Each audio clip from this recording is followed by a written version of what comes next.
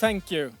I have no idea what he just told you about me, which is, I don't know.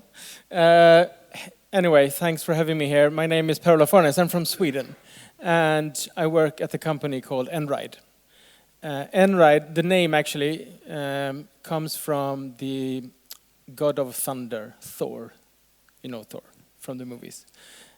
This was his cover name when he went down to walk among the humans. Then that was what he called himself.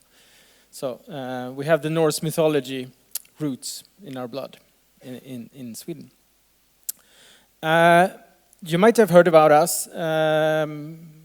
We're 5 years old this year, and we've been doing quite a lot these last 5 years. What we do is we see massive challenges. We heard from the previous speakers as well. There are a lot of change that needs to happen in the world of transport and logistics. And the transport system has been waiting for this change to happen for a very long time. And there are some reasons why it hasn't happened yet and why it's needed now. And it's desperately needed. So we see that the changes that we see must happen, they are inevitable, they will happen. We want to accelerate those. We want to drive those changes. One of them is the electrification of the freight industry. We need to abandon the internal combustion engine. The internal combustion engine has had its century in the limelight. Electric is much more efficient. All the curves are pointing in the right direction. Batteries are getting cheaper, batteries are getting better, ranges are getting longer, and so on and so on. Electrification is happening. We also need to automate the transport industry. We need to increase the level of automation. We see the lack of drivers. We've just heard about that. It's a real problem in market after market after market. And our belief is that you can get a more sustainable, more efficient, and more effective transportation system if these changes are accelerated. 5 years ago, when our company was founded, this vehicle on this image here did not exist. It was just an idea. You cannot see it, but it has no driver cabin, actually. It's not a truck. It's something new. We call it the pod. This vehicle was the first on the planet to go commercially on public roads, transporting cargo, and that was in 2019, 2 years ago. We worked together with DB Schenker, and we did it in Sweden, and it ran there for 1 year.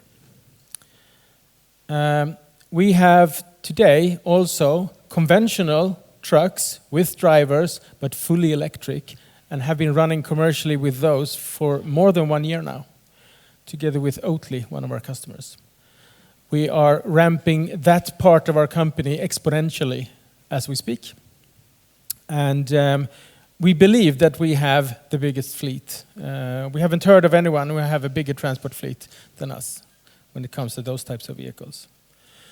There are several of the most demanding companies in the world have trusted us with their cargo, and we have a very exciting journey ahead of us. We've been called a lot of things. We've been called game changers that could change the world. We've been invited to the World Economic Forum, and we recently made it onto the prestigious top 10 list of the most innovative companies in the world by Fast Company. And why? Well, it's about this.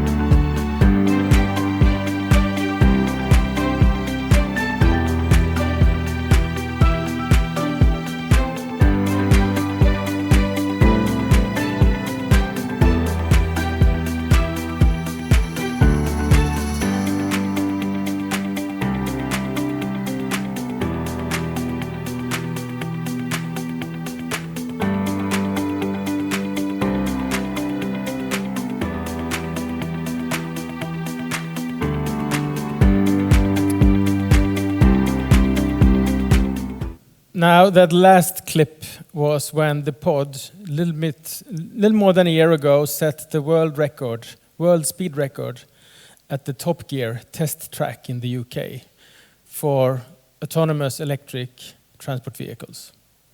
Peaked at 85 kilometers an hour, picked the perfect line on the track, and it did it all by itself. That was our demonstration to show that they can also go fast.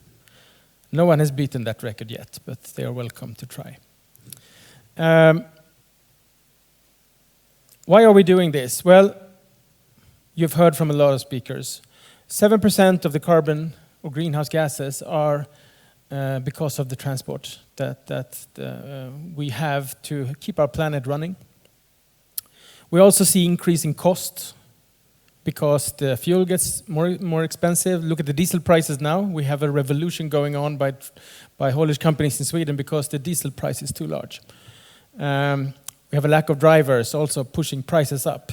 So things need to change. Things need to happen. And there are very few carriers today that can supply shippers who are very demanding, and they have very ambitious agendas, being fossil-free by 2030, 2035. And I mean, those are not tough targets, really, and they are fully understandable targets. We need to hit those tough targets, but the carriers out there today have a very hard time doing that because the system, as it is, has stagnated. And this stagnation comes partly from the method of choice for the last 100 years, and this has been extremely successful. This is why we have the prosperity that we have in the world today. It's because we have simplified things. We have reduced a country into a number of manageable zip codes, and then we can treat those zip codes as proxies or models for the real demand, which means that we have a very robust system. In my supermarket, during COVID, I bought avocados. I bought vegetables from all over the world. It just worked.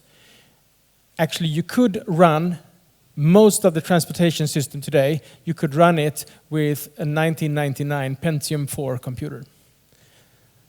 Because we are still solving problems like it's 1999. It's so robust, you can actually remove the computers and the system will work, only it will take a bit longer. This stagnation and this simplification is the reason that the last 100 years has been so successful. But that method will not take us another 100 years. We need to embrace complexity because when we go electric, when we have electric trucks, the complexity increases tenfold. Because if an electric truck, an example, if one electric truck stands to charge here and another electric truck comes and stands next to it, they will share the power on that charging station, which means that both will take longer to charge.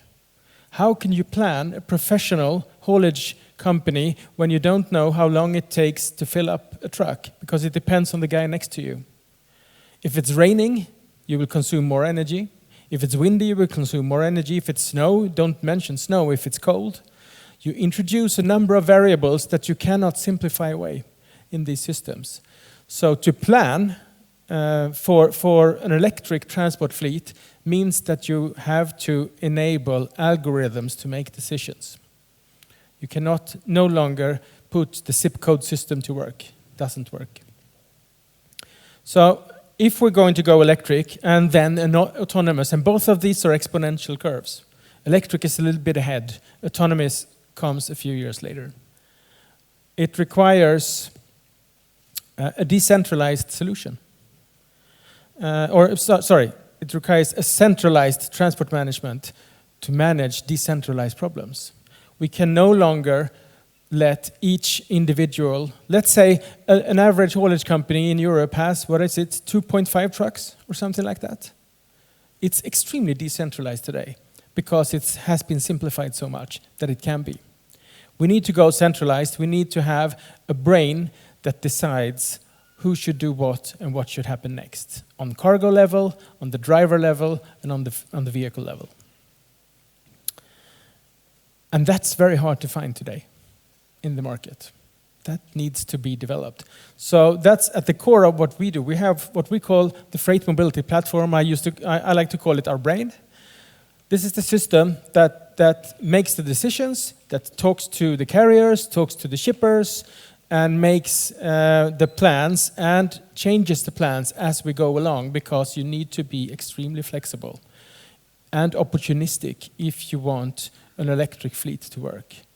It has so many differences compared to a combustion engine-based fleet. You need to really, really work on the margins. We've been doing this now for more than 1 year together with one of our customers. This is another one. Here we go with Lidl. We've been going with Oatly in Sweden for 1 year. Actually, 2 weeks ago, it was 1 year. We're trusted by some of the most demanding brands in the world. And what we do is we base our solution on 3 legs. The first one is, as I said, the freight mobility platform. That's absolutely essential. You cannot copy a combustion engine-based system and transfer that over to an electric. Because if you ask a haulage company today, they say, oh, I would love an electric truck. It has to have the same range. It has to be able to fill up in the same time that we can fill up the diesel truck. We need charging everywhere, and it shouldn't cost more. And it should have the same loading capacity. That vehicle will never exist. We will have to go into a world of new types of restrictions in order to manage this. We need to, nevertheless, accelerate the electrification of the freight transport system. This is for sustainability reasons. We can no longer spend energy like it's 1999. Actually, computers are 10,000 times more powerful now than they were in 1999.